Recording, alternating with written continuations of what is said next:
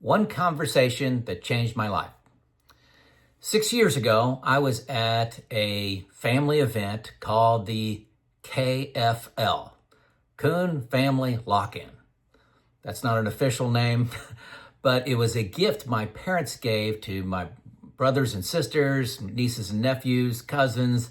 They paid for the whole family to get together, usually between Christmas and New Year's, to spend 3 days together, laughing, telling stories, playing games, eating, just having a good time. No stress, no real agenda besides that. Sometimes we went to a museum or something like that, but this one 6 years ago was in Indianapolis. I was in the lobby and it was about 6 a.m. I get up when I was working 6 years ago. I would get up at 5 o'clock on Saturday, 5 o'clock in the morning on Sunday. Same thing on vacation. If I took a week vacation, I was up at 5 o'clock. And 5 o'clock to 6 o'clock was my time to keep current on emails. I got a lot of emails in my job. Through the week, that number was right around 200 emails coming in a day. So if I didn't have the weekends and holidays and vacations to catch up, it was all consuming. It would overwhelm me.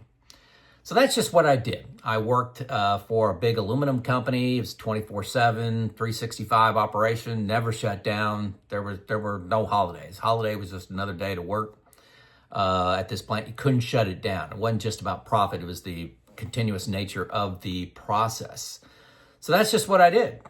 In this particular KFL, I just completed doing emails. I was in the lobby, just sitting at a table. And one of the things, I don't know why I wrote this down, I prided myself on getting 100 done in an hour. That was my goal. Could I get 100 emails done in an hour? So unfortunately, I did have to skim most of them. So I felt pretty good about that.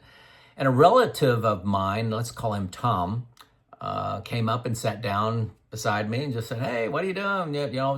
Just small talk like you do at these family get-togethers.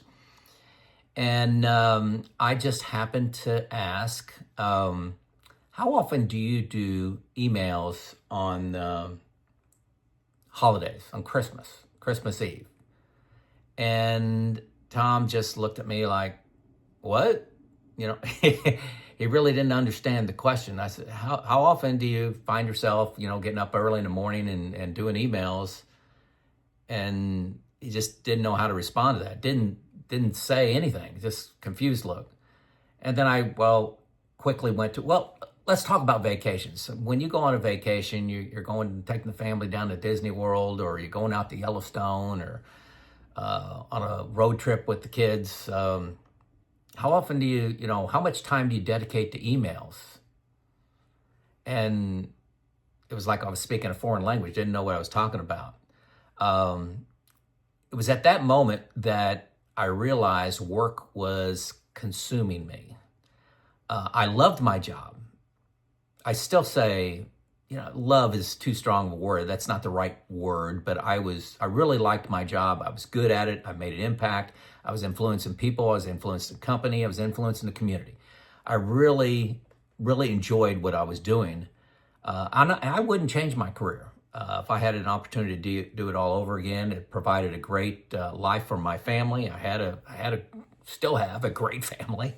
Not had a great family, but I've had a great life. I'm 60 years old now, but too much at that time when I was 54, too much of my life was being taken over by my job. I can't say that scared me. It wasn't, one of these big religious moments, but it was like, why was I doing this?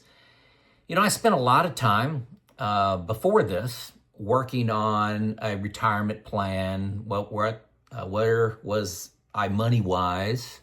And things were good. I spent a lot of time on what I wanted to retire to. I loved coaching and mentoring, and I selected reliability and maintenance on something I wanted to do some consulting on. I'll be honest, I was pretty good at it. So I did that for 4 years for the company. really enjoyed it. My plan was to work 1 week a month doing consulting. The rest of 3 weeks of the month, it was me time, do some traveling, spend some time with my wife, just having fun, sleeping in, pursuing other hobbies, other interests. So that was my plan. You know, I was going to start sleeping better, exercising more, eating right. The money problem, like I said, was solved. I didn't really, didn't have, overabundance of money, but I really wasn't concerned about that, especially if I worked a little bit and made a little bit of income, especially if the market went south. So my wife and I had, we talked a lot about this, and I got permission from her to quit anytime I wanted to, because I said, hey, money-wise, we're fine. And she recognized that only I understood what was going on at work and what was going on for me and my hopes and dreams. And, I just started to think, would I rather try to start this business at 54 or wait till 64? What? And I decided that, hey, 54, while I have the energy and motivation, that was a better time. So I returned to work a couple days later, and my boss happened to call me. And apparently, the top leaders have had some time to think over the holidays, and they presented 4 changes that they wanted to make in the coming year. I'm not going to go into detail on those, but let's say I did not agree with any of them. And I was not going to stand up in front of an organization and say, this is what we're doing. I'm not going to do that. I resigned actually on the spot in that minute and jumped into the unknown of retirement. So why am I telling you this story? Often we need to have someone from the outside give us that confused look. What? And realize that we are on the wrong path. I'm not sure how long I would have worked without Tom's reaction. Perhaps this video is a nudge for you. It's a reaction for you. I get 4 to 6 comments a day with people saying they're retiring 1 to 4 years earlier because of a video I made. Maybe that could be you. I love getting those comments. If you're one of those individuals, let me know. Say, I retired 2 years earlier because of you. Perhaps you're 99% sure of your financial plan, but not 100%. And you've designed your own plan in the basement. You haven't run it by somebody else, and you need somebody else to say, why aren't you retired? Somebody knowledgeable that you respect. I got 2 options for you right now. Money Pickle and Defining Wealth. Money Pickle is a free call. It's a link below. Check them out. Free call. You get on their calendar if you hit the link, and you can talk about any topic you want for 40 minutes. You're going to be talking to a CFP, great professional. That's a free call. Expect a small sales pitch or what's next? What can you do for me? Kind of conversation, last 5 minutes of that. But Defining Wealth is another organization that will take your plan. So if you have a Boldin printout or an Excel printout or some Word document of your retirement plan, all your assets, your spending plan, when you're going to take Social Security, you have all that.